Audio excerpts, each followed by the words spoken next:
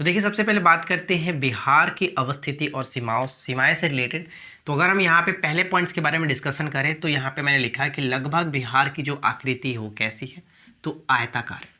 अगर आपसे प्रश्न पूछ रहा है कि बिहार की जो आकृति है वो किस तरह से है, तो हम यहाँ पे आयताकार कहेंगे, लगभग आयताकार है। ठीक है। और बिहार की अवस्थिति कहाँ पे पड़ता है, तो ध्यान रखिएगा कि भारत के उत्तर पूर्वी भाग में ये स्थित है, भारत के उत्तर पूर्वी भाग में स्थित है। ठीक है। तो अगर हम यहाँ पे देखें तो उत्तर पूर्वी भाग हम कह सकते हैं, जैसे कि देखिए अगर मैं इंडिया के मैप को ड्रॉ करूँ कुछ इस तरह से, तो थोड़ा सा अगर हम देखेंगे तो कह सकते हैं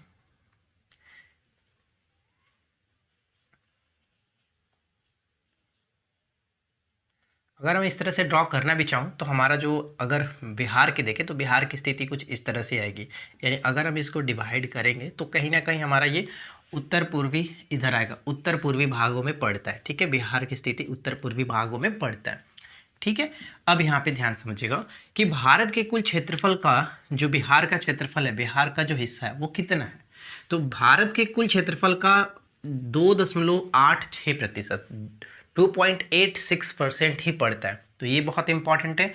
अगर हम क्षेत्रफल के अकॉर्डिंग देखें, यानी कि कुल भौगोलिक क्षेत्रफल कितना पड़ता है बिहार का, तो 94,163 किलोमीटर स्क्वायर, 94,163 किलोमीटर स्क्वायर। ये बहुत इंपॉर्टेंट है। दोनों पॉइंट्स को अच्छे से नोट डाउन कर लीजिएगा, एकदम वीवीआई पॉइंट्स बन जाता है। राइट। उसके बाद आता है क्षेत्रफल की दृष्टि से क्षेत्रफल की दृष्टि से जो बिहार का स्थान है वो कौन सा होगा स्टेट वाइज क्रम में।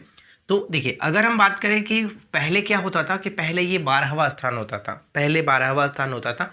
जब तेलंगाना का गठन हुआ तब इसका स्थान 13वां हो गया, यानी कि बिहार जो है वो अपने क्षेत्रफल की दृष्टि से 13वें स्थान पर आता है। ये ध्यान रखिएगा, 13वें स्थान पर आता है।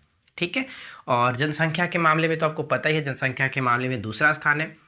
अगर हम बात करें लंबाई और चौड़ाई, लंबाई और चौड़ाई क्या हुआ बिहार के, अगर हम देखेंगे जैसे कि देखिए उत्तर से दक्षिण, इस तरह से देखें उत्तर से दक्षिण की तरफ, तो यानी नॉर्थ से साउथ, तो 345 किलोमीटर। 345 से कैसे आपको याद रहेगा, तो आपने चंद्रगुप्त मौर्य का जन्म याद रखा होगा, 345 ईसा पूर्व में उनका जन्म हुआ था। ठीक है।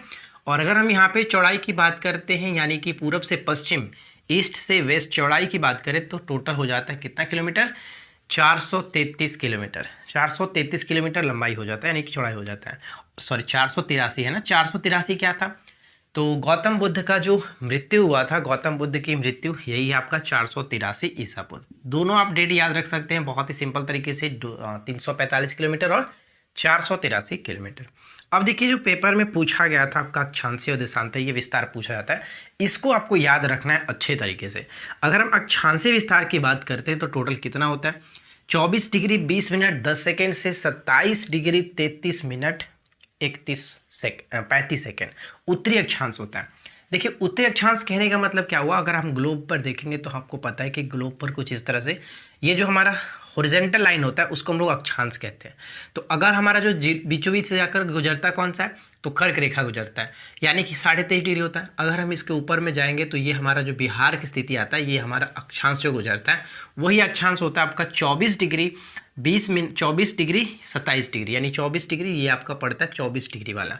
ठीक है। ध्यान रखिएगा, जैसे कि 23 डिग्री आपका गुजरात से गुजरता है, यानी गुजरात झारखंड ये सभी जो है कर्क रेखा वाला 23.5 डिग्री। तो उसके बाद अगर हम बात करते हैं तो उसके ऊपर हम बढ़ते हैं तो 24 डिग्री वाला आता है, 24 डिग्री 27 डिग्री। ठीक है। 24 डिग्री से 27 डिग्री आता है, यानी कि जैसे अक्षांश यहाँ से लेकर के यहाँ तक जो आएगा टोटल बिहार के, यहाँ पे मैंने लंबाई की बात की थी ना, नॉर्थ से साउथ, तो यहाँ से लेकर के यहाँ तक जो आएगा वो 24 डिग्री से 27 डिग्री आता है। तो यही कहा जाता है उत्तरी अक्षांश। क्यों कहते हैं, क्योंकि ऊपर में पड़ता है ना, कर्क विषुवत रेखा से ऊपर अगर हम जाएंगे तो उत्तर होगा क्या, क्योंकि बीचों बीच से डिवाइड करता है, नीचे जाएंगे तो हमारा दक्षिणी हो जाता है, तो बीचों बीच है और लेकिन ऊपर में इसलिए हमारा उत्तरी हो जाता है। ठीक है। उत्तरी अक्षांश हम लोग कहते हैं, इस चीज़ को ध्यान रखिएगा।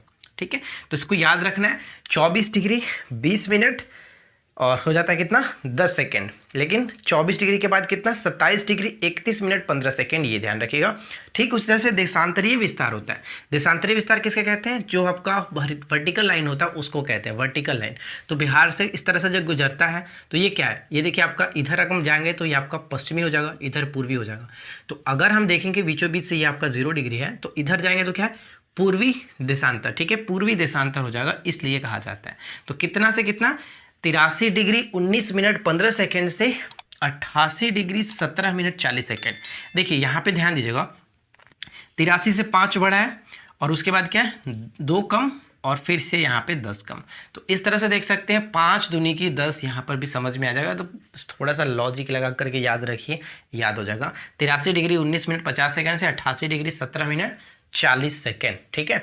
और ऊपर में क्या था 24 डिग्री 20 मिनट 10 सेकेंड से 27 डिग्री 31 मिनट 15 सेकेंड। तो ये आपको याद रखना है। तो यहाँ पे दोनों चीज़ अच्छे से याद रखिएगा क्योंकि यहाँ पे प्रश्न यहाँ से पूछे जाते हैं, ठीक है।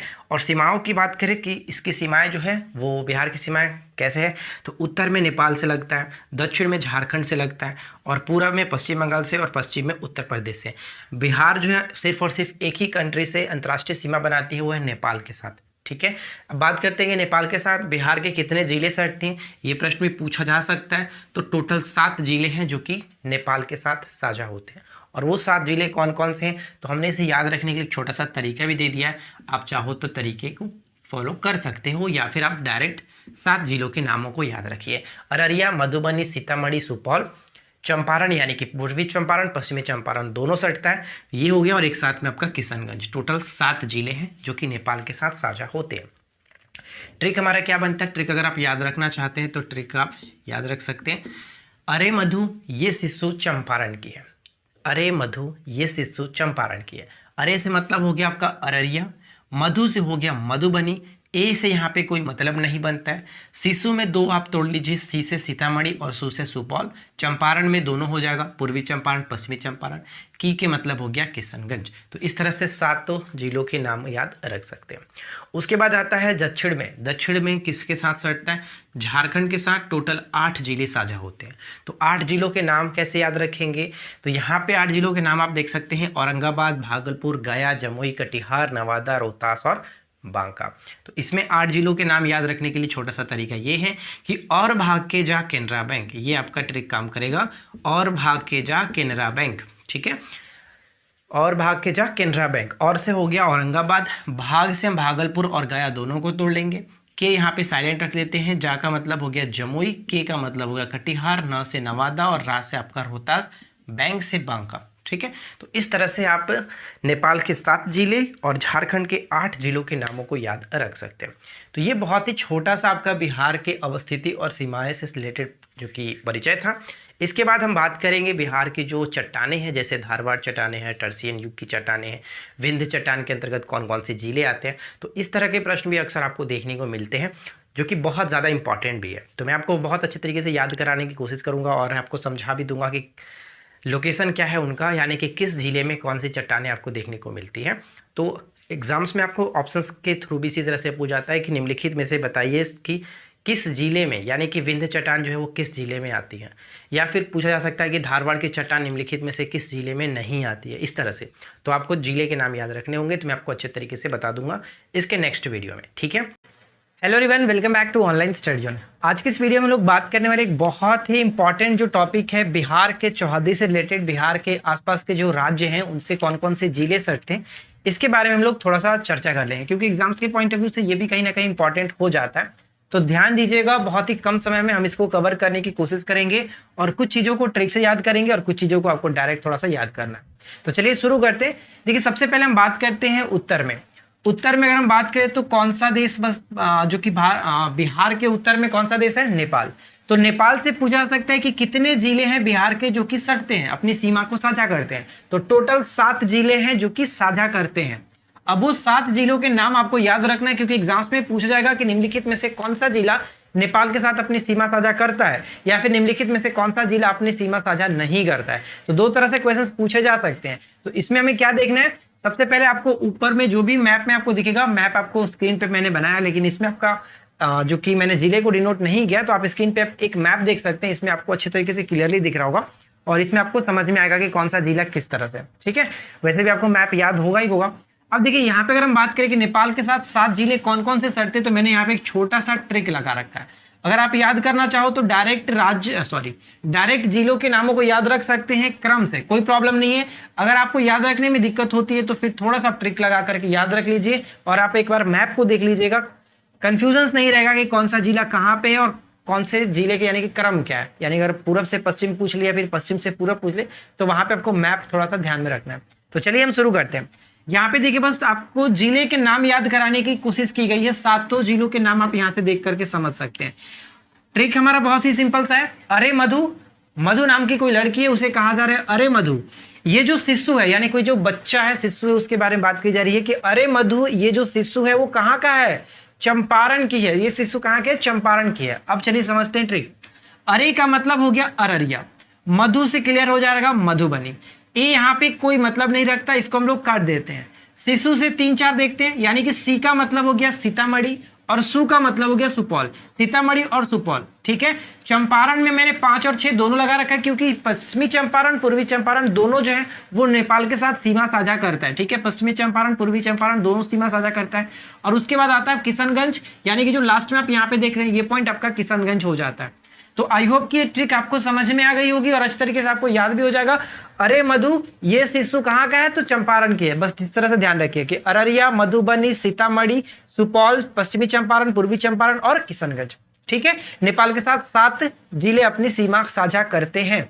अब ये हो गया आपका उत्तर का पॉइंट्स क्लियर।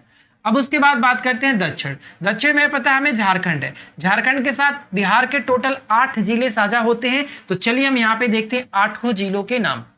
8 जिलों के नाम याद रखने के लिए भी यहाँ पे मैंने एक छोटा सा जो कि ट्रिक बना रखा है, आप इसको याद रखने की कोशिश करिएगा मैप के थ्रू देख करके। ठीक है, देखिए ट्रिक हमारा बहुत ही सिंपल सा रहने वाला है कि कोई माँ है अपने बच्चे को बोल रही है, डांट रही है, क्या कह रही है, और भाग के जा केनरा बैंक। मतलब कि माँ ने उसको मना किया था कि नहीं जाना है बैंक में, उसको मार पड़ी है और वो पीट पाट कर आया हुआ है घर। तो अब उसको माँ बता रही है क्या कि मैंने तुमको मना किया था और भाग के जा केनरा बैंक। क्लियर हो गया, और भाग के जा कौन सा बैंक, केनरा बैंक। चलिए इसको समझते हैं। और का मतलब हो गया औरंगाबाद। भाग में मैंने देखिए 2 और 3 लगा रखा है, यानी कि भाग का मतलब हो गया भागलपुर और ग का मतलब हो गया आपका गया। ठीक है, के यहाँ पे हम काट देते हैं, इसका मतलब नहीं रखते हैं। और जा का मतलब, जा मतलब जमुई। ठीक है, जमुई ये हो गया। और केनरा में भी 3 लेटर है तो तीनों लेटर का अलग अलग मतलब हो जाएगा। के का मतलब यहाँ पे आपको ध्यान रखना है कटिहार, ना कि कैमूर। कैमूर को मैंने ऑलरेडी काट दिया है, ये नहीं सटता है। ठीक है, कैमूर आपका उत्तर प्रदेश के साथ सीमा साझा करता है, ना कि झारखंड के साथ, ये ध्यान रखेंगे। न का मतलब हो गया नवादा और रा का मतलब हो गया रोहतास। ठीक है, रोहतास। और बैंक से तो क्लियर हो ही जाएगा बांका। तो यही जो कि 8 जिले हैं झारखंड के साथ अपनी सीमा को साझा करते हैं। चलिए एक बार फिर से रिपीट कर लेते हैं। ट्रिक बहुत ही सिंपल सा है। और भाग के जा केनरा बैंक, माँ उसको मना कर रही थी कि बेटे को कि नहीं जाना है तुझे बैंक, तो वो डांट रही है और भाग के जा केनरा बैंक। और का मतलब औरंगाबाद, भा का मतलब भागलपुर, गया हो गया ग से, जा का मतलब जमुई, और केनरा में आपका देख रहे हैं के का मतलब कटिहार, नवादा और रोहतास, और लास्ट में आपका बांका। तो ये हो गया आपका झारखंड से सटने वाले 8 जिलों का नाम। ऊपर में नेपाल के साथ 7 जिले और झारखंड के साथ टोटल 8 जिले। ठीक है, अब बात करते हैं पश्चिम बंगाल। पश्चिम बंगाल के साथ मात्र 3 जिले साझा होते हैं। तीनों जिलों को ध्यान रखिएगा, कटिहार, पूर्णिया और किशनगंज। याद कैसे रखेंगे, बहुत ही सिंपल सा तरीका है। किशन नाम का कोई लड़का है, उसे बोला जा रहा है कि किशन को पूरी तरह से काट दो। थोड़ा सा फनी है, थोड़ा सा डरावना भी है, लेकिन क्या कर सकते हैं। याद रखिए, पश्चिम बंगाल में वो चला गया है, भाई बिहार का है, पश्चिम बंगाल में गया, तो बोला जा रहा है वहां पे कि किशन को पूरी तरह से काट दो। किशन को पूरी तरह से, यानी पूरी मतलब पूर्णतः काट दो, पूर्णतः काट दो कटिहार। ठीक है, किशनगंज, पूर्णिया और कटिहार। क्लियर हो गया। अब चलिए इसके बारे में बात करते हैं। यहाँ पे 8 जिले, इस बार तो कोई खास ट्रिक नहीं है, कुछ ज्यादा बन नहीं पाया, इस वजह से मैंने ट्रिक यहाँ पे नहीं लगाया। उत्तर प्रदेश के साथ टोटल 8 जिले साझा होते हैं। ध्यान रखिएगा, झारखंड के साथ भी 8 जिले और उत्तर प्रदेश के साथ भी 8 जिले। यानी कि अगर आपसे पूछे कि उत्तर प्रदेश में कितने जिले साझा होते हैं बिहार के, तो 8 जिले। झारखंड के साथ भी 8 जिले, नेपाल के साथ 7 जिले और पश्चिम बंगाल के साथ 3 जिले। तो चलिए 8 जिलों का नाम यहाँ पे देख सकते हैं। पहले आपका पश्चिमी चंपारण, उसके बाद आता है आपका गोपालगंज, सिवान, सारण, भोजपुर, बक्सर, कैमूर, और लास्ट में ये पॉइंट जो देख रहे हैं, छोटा सा पॉइंट जो सटता है, वो आपका रोहतास।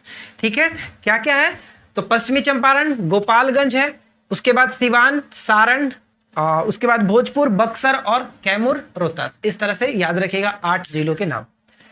तो देखिए दोस्तों, क्वेश्चंस ज्यादातर पूछे जाएंगे इसी तरह के, निम्नलिखित में से कौन से जिले जो हैं वो सटते हैं या फिर कौन सा जिले इनमें से नहीं सटता है। 2 ही क्वेश्चंस बन सकते हैं। तो अगर आप इतना चीजों को याद रख लेते हैं, मैप एक बार 2 बार देख लेते हैं, तो आपका ये पॉइंट्स बहुत अच्छे तरीके से क्लियर हो जाएगा, कोई समस्या नहीं होगा। तो हमने यहाँ पे कुछ इंपॉर्टेंट जो पॉइंट है बिहार की जनगणना से वो कवर करने की पूरी कोशिश की है। तो अगर आप इतना सारा डाटा याद रख लेते हैं तो काम चलने वाला है, इससे ज़्यादा कुछ प्रॉब्लम आपको नहीं होने वाली। तो चलिए शुरू करते हैं। तब तक आप वीडियो को लाइक कर दीजिए और साथ साथ शेयर भी जरूर कर दीजिए यार, शेयर आप लोग नहीं करते हो। और साथ ही साथ चैनल को सब्सक्राइब करके रखिए, नोटिफिकेशन बेल आइकन को ऑल पे सेट कर लीजिए। चलिए शुरू करते हैं। देखिए सबसे पहले अगर हम बात करें कि बिहार की जनगणना में, तो इसमें आपका जनसंख्या पूछा सकता है कि बिहार की जनसंख्या टोटल कितनी है। अगर हम ये आंकड़ा 2011 के अकॉर्डिंग देखें, बिहार की जनगणना अकॉर्डिंग जो है 2011 के, तो 10,40,99,452। तो आप सिंपल सी भाषा में इसको याद रखिए, 10,41,00,000। ठीक है, 10,41,00,000। अब यहीं पे बात आ जाती है कि इसमें ग्रामीण जनसंख्या कितना होगा, शहरी जनसंख्या कितना होगा। तो दो भागों में हमने बांटा, एक तरफ जो कि ग्रामीण जनसंख्या और दूसरी तरफ शहरी जनसंख्या। टोटल जनसंख्या का लगभग कह सकते हैं कि 88% जो जनसंख्या, 88 क्या 89 कह सकते हैं, 88.7% जो जनसंख्या वो ग्रामीण क्षेत्रों में निवास करती है। यानी 9,23,00,000 जो जनसंख्या है, 9,23,41,436 जो जनसंख्या है वो ग्रामीण क्षेत्रों में निवास करने वाली है। और बाकी जो बचा शेष जो है वो 1,17,58,016 यानी कि 11.3% जो है वो शहरों में निवास करती है। तो आप यहां से इस तरह से याद रख सकते हैं। ठीक है, अब जनसंख्या हो गया तो जनसंख्या घनत्व की बात कर लेते हैं। जनसंख्या घनत्व क्या होता है, आपको पता होगा। जनसंख्या घनत्व का मतलब होता है कि 1 किलोमीटर में कितने लोग रह रहे हैं, इसके बारे में बात करते हैं कि व्यक्ति प्रति वर्ग किलोमीटर। तो बिहार की जो जनसंख्या है वो टोटल, अगर सभी स्टेट की बात करें, सभी स्टेट में सबसे टॉप पे रखा जाता है बिहार का जनसंख्या घनत्व 1106 व्यक्ति प्रति वर्ग किलोमीटर। यानी कि 1 किलोमीटर के अंदर आपको 1106 व्यक्ति देखने को मिलेंगे। अब इसमें भी पूछा सकता है कि जिलों की अगर हम बात करें कि बिहार में सबसे अधिक जनसंख्या घनत्व वाला जिला कौन सा है, तो वहां पे आपको याद रखना है कि शिवहर जनसंख्या जिला सबसे टॉप पे। अच्छा, कैसे रखेंगे, कैसे याद रखेंगे? जनसंख्या का मतलब भीड़ से याद रखिए कि भीड़। ठीक है, जनसंख्या मतलब भीड़। तो शिवहर यानी कि शिव से संबंध लीजिए। अगर आप शिव का मेला लगा हुआ है, भगवान शिव के अगर हम दर्शन करने जाते हैं तो वहां पे बहुत सारा भीड़ रहता है, बहुत ज्यादा भीड़ रहता है। तो इस तरह से आप याद रख लीजिए कि ज्यादातर जो भीड़ कहाँ पे मिलेगा आपको, ज्यादातर जो जनसंख्या घनत्व मिलेगा वो शिवहर में मिलेगा। और कितना जनसंख्या घनत्व है, तो 1880 व्यक्ति प्रति वर्ग किलोमीटर। यानी 1 किलोमीटर के अंदर में आपको 1880 व्यक्ति देखने को मिलेंगे। बिहार की ये आपका जिला हो गया शिवहर। और सबसे कम की अगर हम बात करें तो कैमूर 488, आपको ध्यान रखना है 488 व्यक्ति प्रति वर्ग किलोमीटर कैमूर में। तो यहां तक आपको कोई समस्या नहीं होनी चाहिए। ये हो गया आपका बिहार सबसे टॉप पे सभी स्टेट में। अगर सेकेंड रैंक पे पूछ ले कि बताइए कि दूसरा स्थान किसका है जनसंख्या घनत्व में, तो हम क्या कहेंगे, दूसरा जनसंख्या घनत्व में वेस्ट बंगाल। कितना आता है इसका, 1028 व्यक्ति प्रति वर्ग किलोमीटर। तीसरा स्थान की अगर हम बात करें, थर्ड रैंक किसका है, थर्ड रैंक आपको केरल को रखना है, थर्ड रैंक केरल का, इसका 860 व्यक्ति प्रति वर्ग किलोमीटर। तो ये दो भी इंपॉर्टेंट हो जाते हैं, इन्हें भी आपको याद रखना है।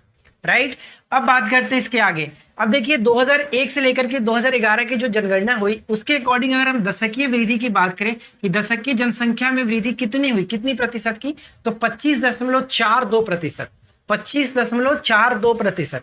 और सबसे ज्यादा किस जिले ने जनसंख्या वृद्धि को प्रदर्शित किया, तो वो है आपका मधेपुरा। और उससे के अगर हम बात करें कि उल्टा सबसे कम किसने, तो गोपालगंज ने।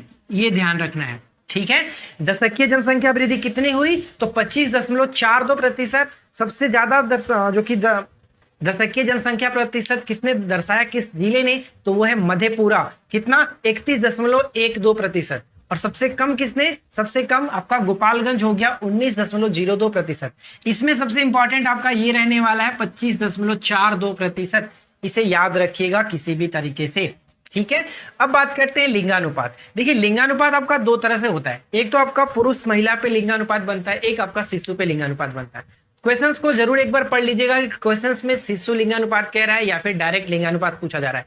लिंगानुपात की अगर हम बात करें तो वहां पे आपका होता है 918। ये लिंगानुपात क्या है, लिंगानुपात का मतलब होता है कि 1000 पुरुषों पे कितनी महिलाएं हैं, 1000 पुरुषों पे आपका 918 महिलाएं। इस तरह से याद रखिए। ठीक है, 918 महिलाएं। ये बिहार की बात कर रहे हैं। अगर आपसे पूछे कि भारत का जो लिंगानुपात है वो कितना है, तो भारत का लिंगानुपात 43 हो चुका है, 943। क्योंकि अगर आपका 2001 की जनगणना की अगर हम बात करते हैं तो वहां पे 933 था, 933 अब आपका 943 हो गया प्रति 1000 पुरुषों पे। तो ये ध्यान रखना है, लिंगानुपात कितना है, 918। और शिशु लिंगानुपात की बात करते हैं तब, यानी शिशु लिंगानुपात में 0 से लेकर के 6 वर्ष तक के बच्चों को शामिल किया जाता है।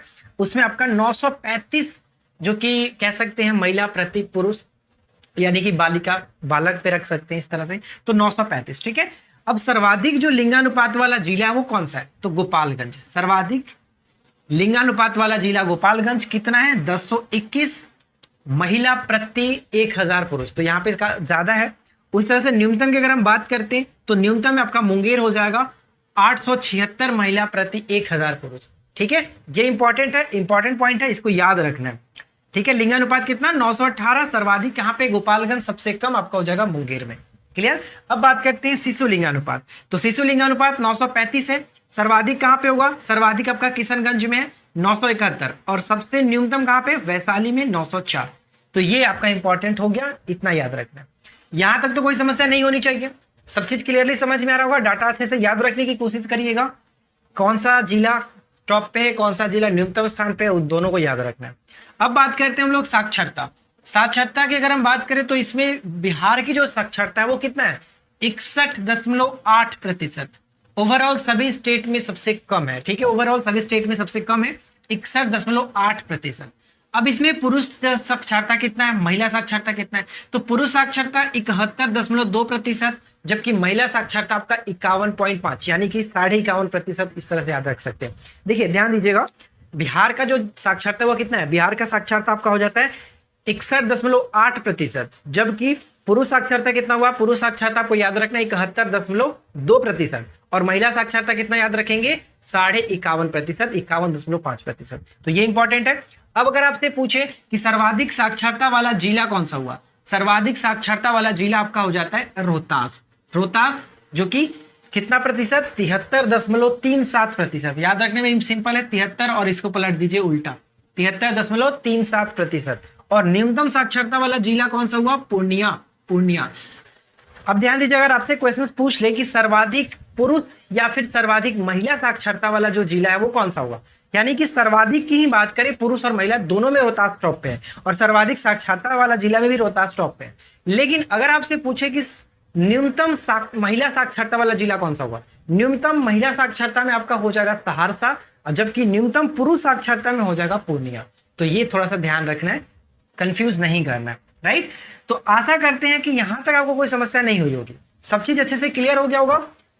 अब देखिए यहाँ पे एक और पॉइंट है, जैसे कि शहरीकरण की बात करें तो सर्वाधिक शहरीकरण वाला जो जिला है वो कौन सा है, पटना है, और सबसे कम जो शहरीकरण वाला जिला है वो समस्तीपुर है। समस्ती यानी कि मस्ती, मस्ती में रहते हैं इसलिए ये लोग विकास नहीं कर पाए। ठीक है, इस तरह से याद रख लीजिए। तो यहां तक तो कोई समस्या नहीं। इसमें सबसे ज्यादा जो पूछा जा सकता है वो आपका है लिंगानुपात और जनसंख्या घनत्व। जनसंख्या घनत्व में शिवहर टॉप पे है। शिवहर टॉप कैसे याद रखेंगे, तो शिव जी के दर्शन करने के लिए बहुत ज्यादा भीड़ लगा रहता है, इसलिए यहाँ पे जनसंख्या घनत्व ज्यादा है शिवहर, और सबसे कम कैमूर में। जनसंख्या घनत्व में टॉप पे आपका हो जाता है जो कि गोपालगंज, और सबसे कम में मुंगेर। और शिशु जनसंख्या घनत्व में टॉप पे किशनगंज, और सबसे न्यूनतम आपका हो जाता है वैशाली। यहां तक समस्या नहीं। दशकीय जनसंख्या वृद्धि दर्शाया कितना गया, 25.42%। सबसे ज्यादा किसने दर्शाया, मधेपुरा। सबसे कम किसने दर्शाया, गोपालगंज ने। साक्षरता 61.8%, पुरुष साक्षरता 71.2%, महिला साक्षरता हो जाता है 51.5%। ठीक है, देखिए अगर हम पहले बात करें, यहाँ पे मैंने दो टॉपिक लिया। पहला आपका बिहार के जो प्रमुख जलप्रपात है वो, और दूसरा जो टॉपिक है बिहार के जो प्रमुख झील है उनसे संबंध जो पूछे जाते हैं उसको कवर करेंगे। सबसे पहला पॉइंट हमारा बनता है धुआंकुंड जलप्रपात। धुआंकुंड जलप्रपात जो हम यहाँ पे कहेंगे कि रोहतास में स्थित है, काव नदी पर बना हुआ है। रोहतास में काव नदी पर, ये ध्यान रहेगा, धुआंकुंड जलप्रपात। ठीक है, सेकेंड पॉइंट जो कि बहुत ज़्यादा इंपॉर्टेंट है, अक्सर ये पूछा जाता है, ककोलत।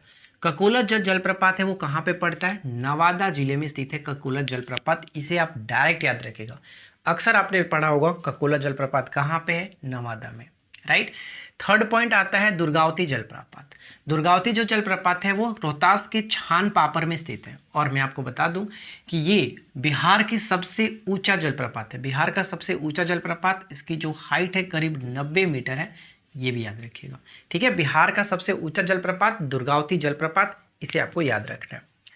चौथे पॉइंट पे आता है झारखंड जलप्रपात। झारखंड जलप्रपात कहाँ पे, फुलवरिया नदी, भोजपुर जिले में। फुलवरिया नदी भोजपुर जिले में, बस आपको इतना याद रखना है। इसमें ज़्यादातर जो इंपॉर्टेंट है ये दो आपको इंपॉर्टेंट है, ककोला जलप्रपात, दुर्गावती जलप्रपात। ककोला जलप्रपात कहाँ पे है? नवादा जिले में।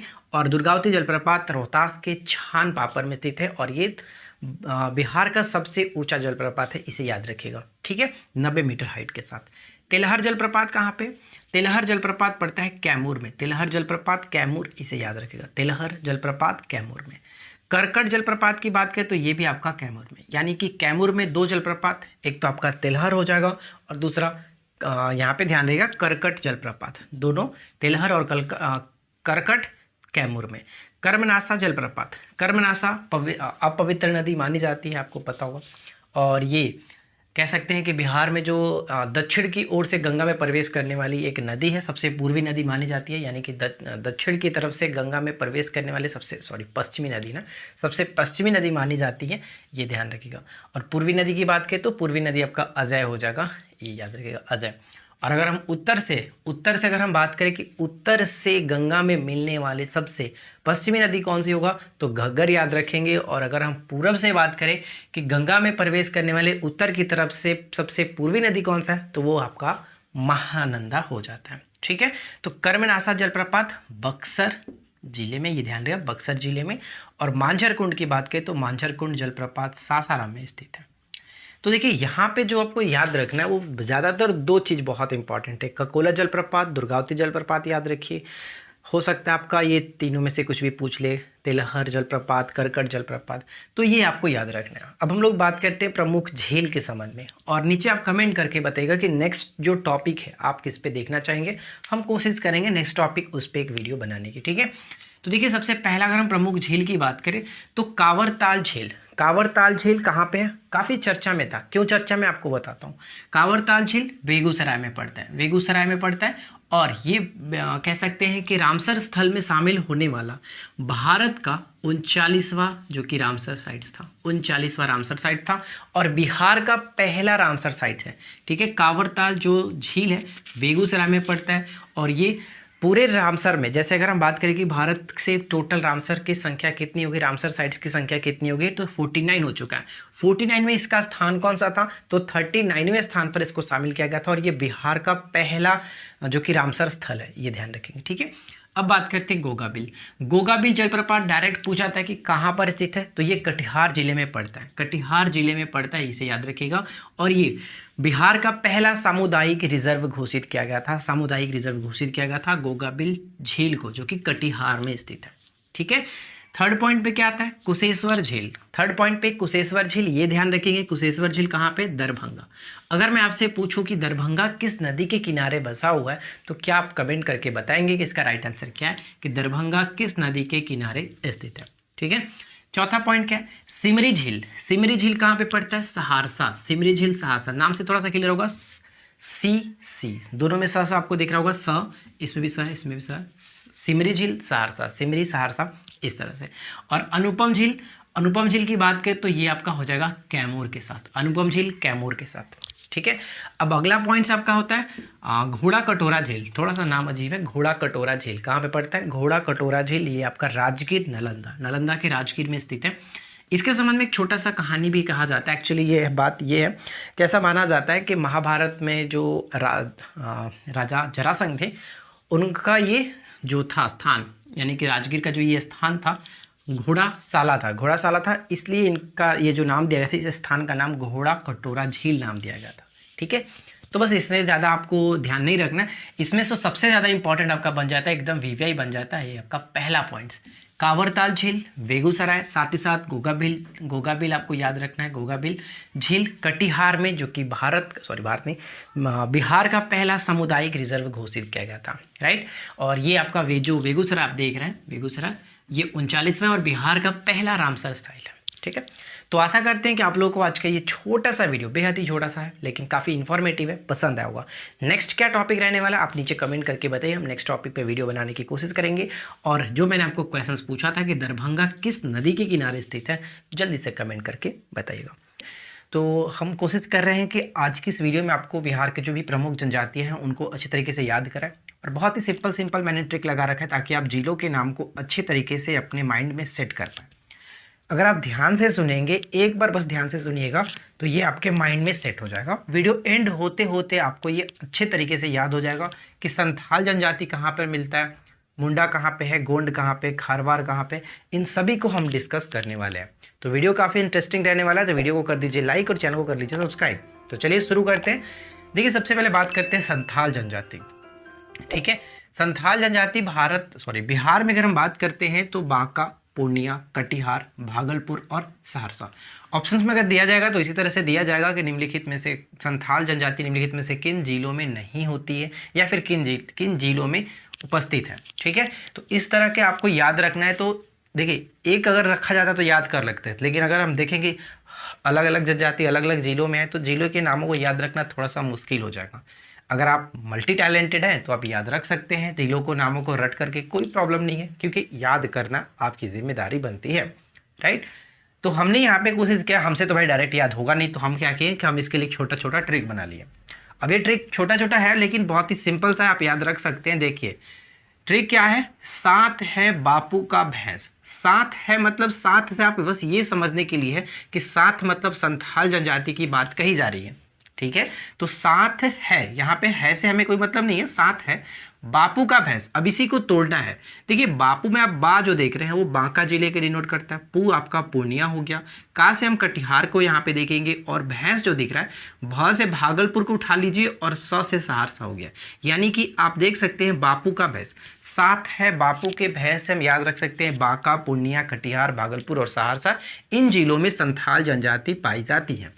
ठीक है, तो ये आपका बहुत इंपॉर्टेंट भी रहने वाला है, यानी संथाल जनजाति बहुत इंपॉर्टेंट एग्जाम्स के पॉइंट ऑफ व्यू से, तो इसको याद रखेंगे। अब बात करते हैं सेकंड हमारा जनजाति आता है मुंडा जनजाति। तो देखिए ये अब अगर हम बात करें बिहार में तो रोहतास, कटिहार और बक्सर। ठीक है, रोहतास, कटिहार और बक्सर में देखने को मिलता है। तो अब हम याद कैसे रखेंगे, तो हम याद रखने के लिए सिंपल सी बात ये है कि हम भाई बिहारी हैं, और बिहारी को अगर जो कुछ मन हो करने का, मूड हो कुछ करने का, तो कोई रोक नहीं सकता है। तो हम इसको भोजपुरी में कैसे बोलेंगे, तो भोजपुरी में बोलेंगे कि मूड है कुछ करने का तो रुकब। थोड़ा सा भोजपुरी लैंग्वेज का यूज़ करते हुए हम इसको याद रखेंगे, रुकब। तो देखिए रुकबा मतलब क्या, रो से आपका हो जाता है रोहतास, क से हो गया कटिहार और ब से हो गया बक्सर। यानी इन तीन जिलों को हम रुकबा के याद से याद रख सकते हैं। मूड है तो रुकबा, मूड अगर हमारा पढ़ने का तो कोई रोक लेगा क्या, यानी कि रुकबा भोजपुरी में इसको बोल सकते हैं, भोजपुरी इस तरह से। ठीक है, तो रुकबा यानी कि रोहतास, कटिहार और बक्सर मुंडा जनजाति। मुंड का मतलब मूड यहाँ पे मैंने बनाया मुंडा के लिए, मूड है कुछ करने का तो रुकबा। चलिए उसके बाद आता है गोंड की देखें तो छापरा, रोहतास और चंपारण, इन तीन जिलों में देखने को मिलता है, छापरा, रोहतास और चंपारण। तो गोंड से हम यहाँ पे गुड़ ले लेते हैं, गुड़ छुपा रे चंपा, चंपारण से चंपा हो गया। अब छुपा रे चंपा यानी कि कोई, जैसे कि चंपा के घर में कोई छोटा बच्चा है और उसको गुड़ को छुपाने के लिए कोई बोल रही है, तो इसलिए हम यहाँ पे कहा जा रहा है कि गुड़ छुपा रे चंपा। गुड़ देखिए जब भी गोंड दिखे तो बस आप गुड़ देख लीजिए, तो गुड़ से हमारा जो वर्ड मिलेगा, आप अगर एक दो बार याद पढ़ेंगे तो इसको याद हो जाएगा कि हाँ गोंड आ रहा है तो गुड़ हमें देखना है, और गुड़ से मैंने क्या सेंटेंस बनाया था, गुड़ छुपा रे चंपा। तो छुपा रे यहाँ पे छू जो हो जाएगा वो छापरा को डिनोट करता है, छुपा यानी कि छापरा, और रे यहाँ पे रोहतास और चंपा तो चंपारण हो ही गया। तो इस तरह से याद रख सकते हैं कि गोंड जो जनजाति है वो छापरा, रोहतास और चंपारण में देखने को मिलता है। तो बताइए कि तीनों ट्रिक में कोई दिक्कत है अभी तक, बहुत ही सिंपल था ट्रिक है, याद रखने में कोई समस्या नहीं होगी। संथाल पढ़ेंगे तो साथ माइंड में आना चाहिए, और जब साथ आ जाएगा तो साथ है बापू का भैंस। ठीक है, बापू का भैंस। उसी की तरह अगर हम बात करते हैं मुंडा, तो मुंडा यानी कि मूड हम देखेंगे, और मूड है तो कोई रोक नहीं सकता है, यानी कि रुकबा, मूड है कुछ करने का तो कोई रुकबा। तो यहाँ से देखिए रुकबा से हम याद रख सकते हैं रोहतास, कटिहार और बक्सर। ठीक है, उसके बाद आता है गोंड। जैसे गोंड देखने को हमें मिले तो गोंड से हम डायरेक्ट कोलरेट कर लेंगे गुड़ से, और गुड़ को मैंने क्या सेंटेंस बनाया कि गुड़ छुपा रे चंपा, छुपा यानी कि छापरा, रोहतास और चंपारण, चंपा से चंपारण। ठीक है, उसके बाद आता है खरवार जनजाति। बिहार में एक जो कि जिला है भागलपुर, तो खारवार से भागलपुर को कैसे याद रखेंगे, खारवार यानी कि खरहा, आपने नाम सुना होगा खरहा, खरवार से खरहा हम देख सकते हैं, खरवार तो खरहा देखने को लग रहा है किस तरह से, खरवार खरहा। तो खरहा किसको बोलते हैं, खरगोश को, तो खरगोश की तरह भागो यानी कि भागलपुर, खरगोश की तरह, खरहा की तरह भागो। ठीक है, कितना तेज भागता है खरहा। ठीक है, खरहा की तरह भागो से भागलपुर, खरहा से खरवार जनजाति हो जाता है। तो यहाँ तक तो कोई समस्या नहीं होना चाहिए, ये 4 आपको अच्छे से याद होना चाहिए क्योंकि एग्जाम्स के लिए बहुत इंपॉर्टेंट है। चलिए अब उसके बाद बात करते हैं हम लोग, नेक्स्ट जो हमारा जनजाति है वो आता है गोराइत। गोराइत जनजाति, तो गोराइत जनजाति हम कैसे याद रखेंगे? गोराइत जनजाति में कहाँ कहाँ? गया और भोजपुर, गया और भोजपुर। गोराइत जो जनजाति है वो गया और भोजपुर। तो याद रखने के लिए गौरा देवी, आपने नाम सुना होगा गौरा देवी। गौरा देवी कौन थी? तो चिपको जो आंदोलन था उसमें ये संबंधित थी गौरा देवी, या फिर एक देवी ऑलरेडी देवी भी है तो गौरा देवी का भोग, भोग, ठीक है, गौरा देवी का भोग। यहाँ पे भोग को बस ध्यान रखिएगा, का के यहाँ पे कोई मतलब नहीं बनता है। गौरा देवी का भोग, ठीक है, भोग यानी कि प्रसाद जो चढ़ा जा रहा है उसके बारे में बात की जा रही है। भोग, भोग का मतलब भोजपुर और ग का मतलब गया। भोजपुर और गया याद रख सकते हैं। गोराइत जनजाति यानी कि गोराइत का नाम आता है तो गौरा याद रख लीजिए, गौरा देवी का भोग, भोजपुर और गया। ठीक है फ्रेंड्स, उसके बाद हम बात करते हैं चेरो जनजाति। तो चेरो जनजाति कहाँ पे संबंध रखता है? चेरो जनजाति का रोहतास, मुंगेर और गया। रोहतास, मुंगेर और गया। तो चेरो मतलब चारों, चेरो मतलब चारों, और चारों तरफ क्या है? मूंग रोग फैला हुआ है, चारों तरफ मूंग रोग। देखिए चेरो जब माइंड आप चेरो जब पढ़ेंगे तो माइंड में आना चाहिए चारों, चारों तरफ मूंग रोग फैला हुआ। मूंग मतलब मुंगेर हो गया, और रोग का मतलब देखिए, रोग का मतलब रोहतास और ग मतलब गया। रोग में आपका 2 लेटर दिख रहा है यानी 2 अक्षर है, रोग से रोहतास और गया हो जाएगा। फैला है, बस याद रखने के लिए बनाया गया कि चारों तरफ मूंग रोग फैला हुआ है, चारों तरफ मूंग रोग फैला हुआ है। उसके बाद आते हैं हम लोग कोरवा। कोरवा जो जनजाति है वो कहाँ पे देखने को मिलता है? रोहतास, पूर्णिया और मुंगेर। रोहतास, पूर्णिया और मुंगेर। तो इसमें याद रखने के लिए क्या है? कोरवा कहाँ पे है? कोरवा आपका देखिए, कोरबा नहीं, कोरवा की बात कर रहे हैं। कोरवा उत्तर प्रदेश में एक जगह है। तो हम यहाँ पे ये कह सकते हैं कि कोरवा में मूंग रोप, कोरवा में जाकर के मूंग रोपो, रोपो या फिर रोप कह सकते हैं, मूंग रोप, ठीक है। रोप, रोप मतलब धान की खेती को रोपना कहते हैं ना, धान रोपना, उस तरह से मूंग रोप हम यहाँ पे याद रख रहे हैं कि कोरवा में मूंग रोप। तो मूंग मतलब मुंगेर हो गया, मूंग में मुंगेर। रोप में फिर से यहाँ पे जैसे रोग में हमने रोहतास और गया देखा था, तो यहाँ पे रोप में क्या देखेंगे? रोहतास और पूर्णिया, रोहतास और पूर्णिया। ठीक है, समझ में आ रहा है? तो कोई दिक्कत नहीं होनी चाहिए, बहुत ही सिंपल सा ट्रिक है यार, अगर आप एक बार 2 बार पढ़ लोगे ना तो आपको रटना नहीं पड़ेगा। उसके बाद आता है उराव। उराव जो जनजाति है उसका संबंध सुपौल से होता है। इसमें कुछ ट्रिक नहीं लग रहा है, अगर आप टैलेंटेड हैं तो थोड़ा सा बनाने की कोशिश करिएगा और कमेंट जरूर कर दीजिएगा कि उराव जनजाति को किस तरह से हम याद रख सकते हैं सुपौल का कोई ट्रिक के साथ। ऐसे तो रट कर याद रख सकते हैं उराव, सुपौल। तो आई होप कि फ्रेंड्स आप लोगों को ये छोटा सा वीडियो पसंद आएगा, और ये बहुत ही इंपॉर्टेंट वीडियो है क्योंकि एग्जाम्स में डेफिनेटली जनजाति से क्वेश्चंस पूछेंगे जैसे पिछली बार पूछा गया था। तो अच्छे से इसको याद रखिए और कोशिश करिएगा इस वीडियो को अपने फ्रेंड के साथ भी शेयर कर दें, और वीडियो कैसा लगा नीचे कमेंट करके बताइएगा। और बिहार के और कौन से टॉपिक पे आप वीडियो देखना चाहते हैं, बाकी हम तो अपने तरीके से लाएंगे ही, लेकिन अगर आपके माइंड में कोई टॉपिक है बिहार स्पेशल में तो आप कमेंट कर सकते हैं। और एक बात और बता दूं, आज हमारे कोर्स का लास्ट डे है ऑफर का, तो अगर आपने अभी तक ज्वाइन नहीं किया, कल काफ़ी बच्चे ने ज्वाइन किया है, अगर आप अभी तक ज्वाइन नहीं किए तो काफ़ी डिस्काउंटेड प्राइस चल रहा है, उसमें जाकर के ज्वाइन कर सकते हैं। इस वीडियो के डिस्क्रिप्शन में एप्लीकेशंस की लिंक दी गई है, एप्लीकेशंस को डाउनलोड कर लीजिए, स्टोर सेक्शन में जाकर के आप वहाँ से कोर्सेज को ज्वाइन कर सकते हैं, अपने मनपसंद के कोर्सेज को। ठीक है फ्रेंड्स, जितने भी हमारे बिहार स्पेशल की पीडीएफ है वो आपको 67वीं बीपीएससी का जो कोर्स है उसी में देखने को मिलता है। ये सभी जो टॉपिक का आपका पीडीएफ है वहीं पे अपलोड कराया जाता है, तो आप वहां से पीडीएफ से अपना खुद का नोट्स भी देख कर बना सकते हैं, बाकी आपकी मर्जी। तो आज हम लोग बात करेंगे बिहार की भूगर्भिक संरचना के बारे में। जैसे कि इस तरह के आपने देखा होगा, पेपर में क्वेश्चंस पूछा जाता है कि टर्सरी जो चट्टान है इसके अंतर्गत कौन से क्षेत्र आते हैं, क्वाटनरी जो चट्टान है इसके अंतर्गत कौन सा, विंध्य चट्टान, धारवाड़ चट्टान। तो इससे संबंधित हमेशा आपसे पूछा जाता है कि निम्नलिखित में से कौन से जिले किसके अंतर्गत आते हैं, तो आपको ये अच्छे तरीके से याद होना चाहिए। तो फिलहाल हम लोग यहाँ पे बात करेंगे, जैसे कि एग्जाम्स में जो पॉइंट्स लगभग पूछे जाते हैं वो मैंने यहाँ पे कवर करने की पूरी कोशिश की है। बस अब छोटे से इस वीडियो के थ्रू आप याद रख पाएंगे और काफ़ी आसानी तरीके से आपको ये समझ में भी आएगा, क्योंकि यहाँ पे मैप भी मैंने लगा रखा, तो ज़्यादा दिक्कत आपको नहीं होगी। तो देखिए यहाँ पे अगर हम बात करें, जैसे कि पूरे बिहार के जो भूगर्भिक संरचना उसको 4 तरह से देखा जाता है। एक तो आपका हो जाता है पहला धारवाड़ चट्टान, दूसरा हम देखते हैं विंध्य चट्टान, और तीसरा टर्सरी, और चौथा यहाँ पे हम देखते हैं क्वाटनरी चट्टान। ठीक है, तो बस इसी 4 चीज़ों को ध्यान में रख करके पूरे भारत के भूगर्भिक संरचना को समझा जाता है। तो अगर हम बात करें सबसे पहले कि जो धारवाड़ चट्टान है इसके अंतर्गत कौन कौन से क्षेत्र आते हैं। तो ध्यान रहेगा दक्षिण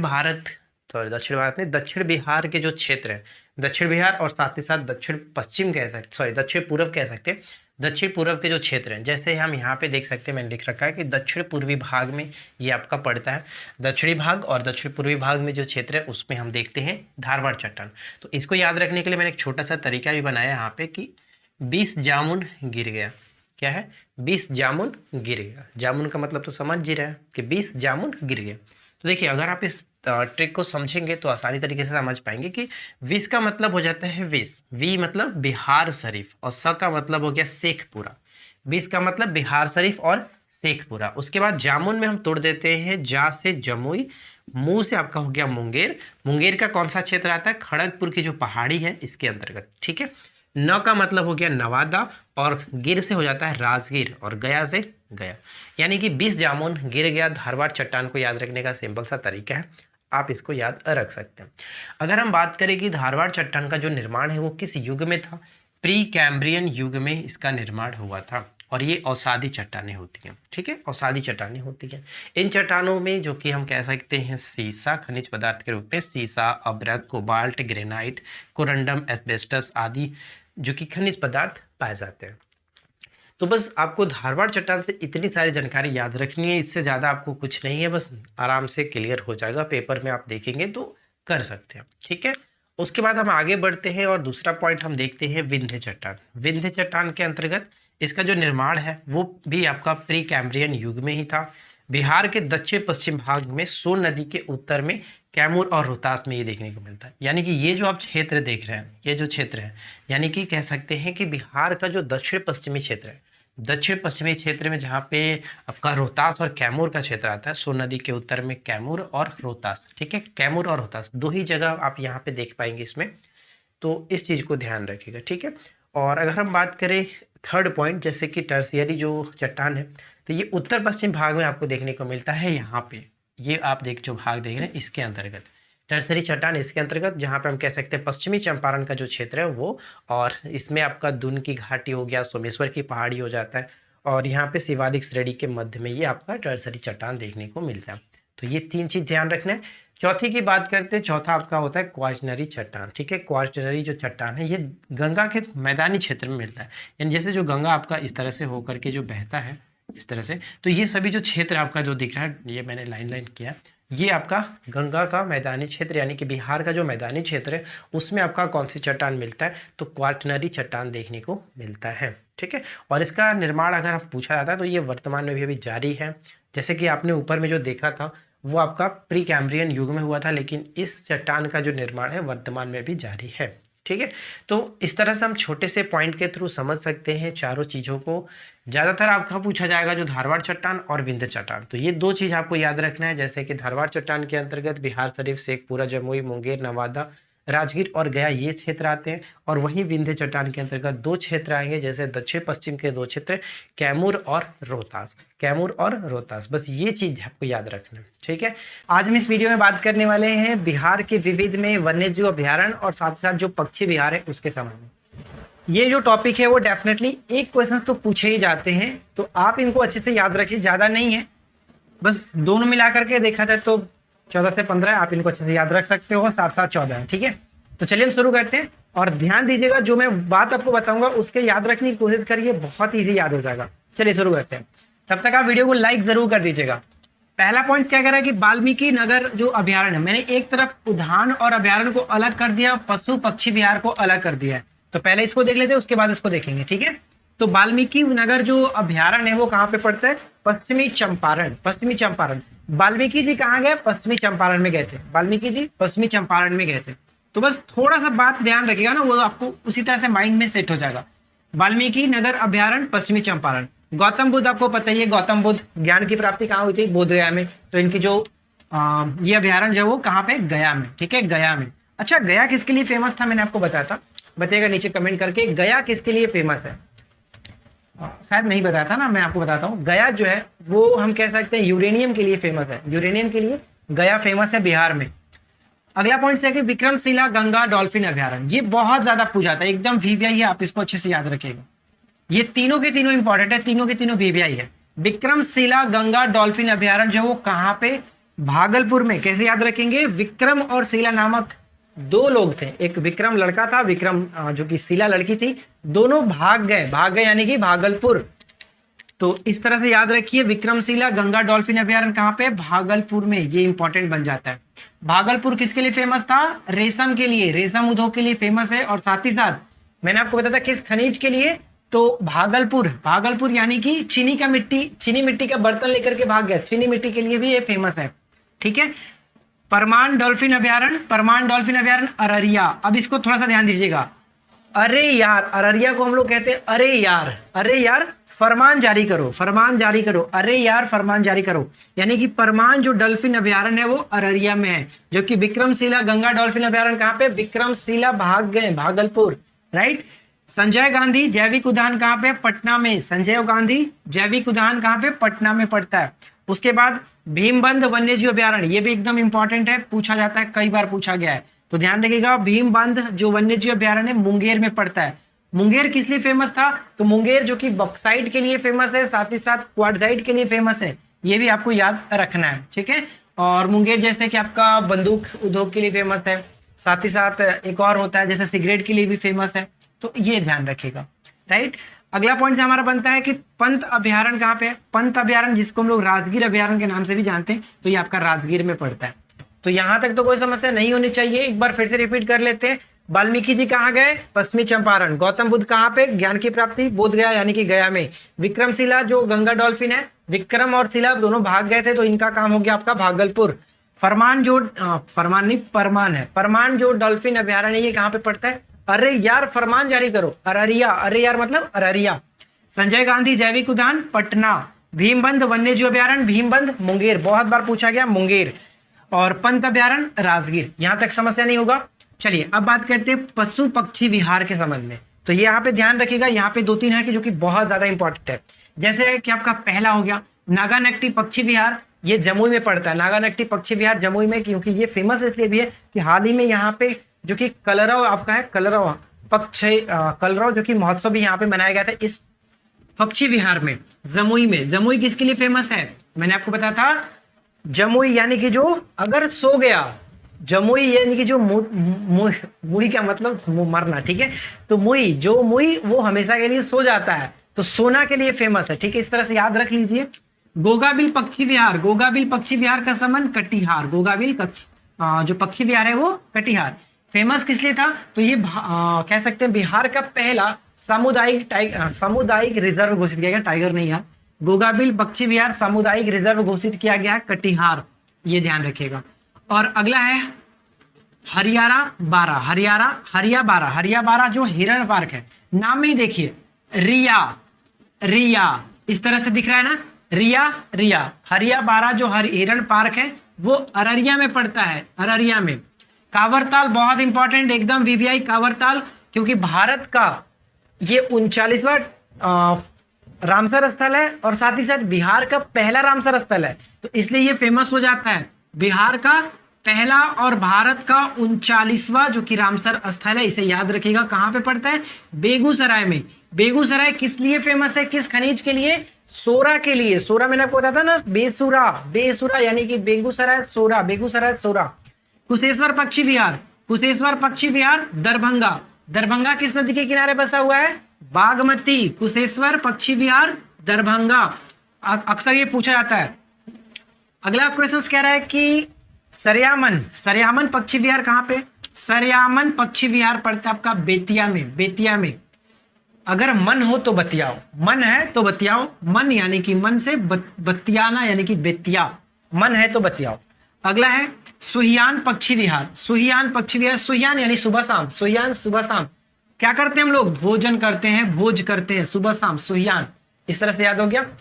तो देखिए दोनों में आई होप कि आपको समझ में आ गया होगा, कोई प्रॉब्लम नहीं होगा। और दोनों ये बहुत ज्यादा इंपॉर्टेंट है, अक्सर क्वेश्चंस यहाँ से पूछे जाते हैं, तो अगर आप इतना याद रख लेते तो एक क्वेश्चन तो आपका बन ही जाएगा यहाँ से। और इसमें से आपका कुछ याद होगा ही, कुछ ही नहीं होगा, तो आप अच्छे से याद रखने की कोशिश करिएगा। ठीक है। सबसे पहला अगर हम बात करें यहाँ पे, सबसे पहले हम बात करते हैं खनिज से संबंधित। ठीक है। तो पायराइट्स में अगर हम देखें तो कौन सा जिला टॉप पे है, तो रोहतास। याद कैसे रखेंगे? तो देखिए पायराइट्स की अगर हम बात करें तो पढ़ाई का राइट्स, थोड़ा सा ध्यान दीजिएगा, जो मैं बात बोलूंगा उसको थोड़ा ध्यान दीजिएगा, ठीक है। तो आपको पता है कि अगर हम बिहार की साक्षरता की बात करें तो रोहतास टॉप पे आता है, ठीक है। तो यहाँ पे हम कह सकते हैं कि पायराइट्स यानी कि पढ़ाई में जो राइट्स में सबसे ज्यादा है वो किसका है? रोहतास का है। पायराइट्स, राइट्स का मतलब अधिकार, तो यानी पढ़ाई के अधिकार में अगर हम देखें तो रोहतास वैसे टॉप पे करता है, तो ये आपको ध्यान रखना है। और एक तरह से और भी याद रख सकते हैं, जैसे अगर आपको पता होगा हाल ही में रोहतास के किसी डिस्ट्रिक्ट में, सॉरी रोहतास के किसी गांव में वहां पे पुल चोरी हो गया था, आपको ये चीज पता होगा। तो पायराइट्स आपको ये पता होगा, लुटेरे को कहा जाता है पायराइट्स, ठीक है। तो उस तरह से भी आप याद रख सकते हो, कोई प्रॉब्लम नहीं है, लेकिन आप यहाँ से ध्यान दीजिएगा पायराइट्स का संबंध रोहतास डिस्ट्रिक्ट है, ठीक है। सेकेंड बात करते हैं चूना पत्थर। चूना पत्थर यहाँ पे आपका हो जाएगा रोहतास, चूना पत्थर रोहतास के साथ मैच करेंगे, ये याद रखेंगे। अबरख की अगर हम बात करें, अबरख में आपका नवादा जिला टॉप पे आता है। इसको कैसे याद रखते हैं? देखिए अगर हम किसी चीज के बारे में बात करते हैं, जैसे वादा करते हैं, तो वादा करते हैं तो कहते हैं कि अब आपने वादा किया तो अब इसको रखो, वादा किए हो तो अब रखो, अबरख मतलब कि रख, वादा किए हो तो रखो, इस तरह से वादा किए हो तो रख दो, अबरख नवादा, वादा अबरख, ठीक है। सोना की बात करते हैं, देखिए थोड़ा सा जब अगर ध्यान दीजिएगा ना इस बात को, तो आपके माइंड में ये कहीं ना कहीं सेट हो जाएगा और एग्जाम्स में आप कर सकते हो।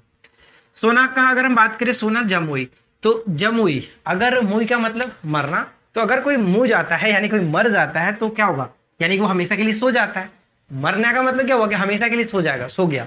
तो इस तरह से याद रखिए कि अगर कोई मुई यानी कि जमुई, मुई मतलब मरना, जमुई मुई तो यानी कि वो हमेशा के लिए सो जाता है, सोना जमुई से संबंधित हो जाता है।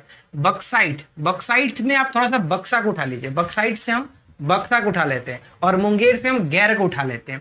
यानी अगर हम बात करें कि गैरों का बक्सा नहीं छुआ करते हैं, गैरों का बक्सा नहीं छूना चाहिए, गैर यानी कि मुंगेर, मुंगेर से यानी बक्साइट, ये समझ में आ गया कि बक्साइट में बक्सा को उठा लीजिए और मुंगेर का गैर, गैरों का बक्सा हमें नहीं छूना चाहिए किसी भी कीमत पर, ठीक है। उसी तरह से अगर हम बात करें क्वार्टजाइट, क्वार्टजाइट यानी कि मुंगेर, क्वार्टजाइट में भी मुंगेर टॉप पे, तो इसको कैसे याद रखेंगे? क्वार्टजाइट यानी कि क्वार्टजाइट का मतलब क्वार्टर आप ले लीजिए, क्वार्टर का मतलब किसी का रूम होता है जिसको क्वार्टर कहा जाता है, मिलिट्री में आपने सीखा होगा, मिलिट्री वाले जो इधर होते हैं उसको क्वार्टर ही बोलते हैं। तो हम ये कह सकते हैं कि गैरों के क्वार्टर में नहीं जा सकते हैं, गैरों के क्वार्टर में नहीं जाना चाहिए, या फिर गैरों का बक्सा नहीं छूना चाहिए। तो इस तरह से ध्यान रखिए कि गैर यानी कि क्वार्टजाइट का संबंध किससे हो जाएगा? गैर से, ठीक है। और अगर हम बात करें चीनी मिट्टी, तो चीनी मिट्टी का बर्तन लेकर के कोई बच्चा है जो कि भाग गया, मेला में गया था और वहां से एक चीनी मिट्टी का बर्तन उसे देखा, काफी उसको पसंद आ गया, तो वो लेकर के भाग गया। भाग गया का मतलब भागलपुर, चीनी मिट्टी का बर्तन लेकर के भाग गया, ठीक है, भागलपुर। सोरा की बात करें तो सोरा, बेसुरा, सोरा बेसुरा, सोरा का मतलब हम इस तरह समझ सकते हैं, सोरा तो उसमें आप थोड़ा सा लगा लीजिए बेसुरा, सोरा का बेसुरा, तो बे आप जो देख रहे हैं तो बे का मतलब बेगूसराय, ठीक है, बेसुरा बेगूसराय, ठीक है। सोरा का संबंध किससे हो जाएगा? बेगूसराय से। यूरेनियम, यूरेनियम की जब बात आती है तो हमारे माइंड में आता है कि यार ये तो बहुत खतरनाक चीज है, खतरनाक चीज है, बहुत ही डेंजरस है। तो यूरेनियम यानी कि अब गया, यूरेनियम की बात है तो यूरेनियम समझिए कि वो काम खत्म कर देगा, गया। इस तरह से बस ध्यान रखना है, ठीक है, ध्यान रखिए, काम खत्म हो जाएगा, यूरेनियम गया। अब खनिज क्षेत्र की बात करें, खनिज तेल, खनिज तेल में आपका रोहतास टॉप पे है और डोलोमाइट और गंधक में भी रोहतास आपका टॉप पे है। तो ये थोड़ा सा दोनों याद रखिए, स्टार्टिंग के दोनों रोहतास और लास्ट के दोनों रोहतास, ठीक है। खनिज तेल रोहतास, डोलोमाइट गंधक रोहतास टॉप पे। पायराइट्स का संबंध किससे हो जाता है? पायराइट का संबंध आपका हो जाता है रोहतास से। कैसे याद रखते हैं? पढ़ाई लिखाई के अधिकार में पायराइट यानी कि पढ़ाई लिखाई के राइट्स में रोहतास जो है वो टॉप पे है। चूना पत्थर रोहतास हो जाता है। अबरख, वादा किए हो तो अब रख दो, वादा किए हो तो अब उसको वादा को निभाओ, रखो, वादा किए हो तो रखो, यानी कि वादा अबरख, अबरख हो गया, ठीक है। सोना का संबंध जमुई से हो जाता है, अगर कोई मुई यानी कि जब कोई मर जाता है, जमुई का मतलब मुई, यहाँ पे जमुई में मुई उठा रहा हूँ, मुई का मतलब मरना, तो अगर वो कोई मुझ जाता है तो समझिए कि वो हमेशा के लिए सो जाता है, सोना से।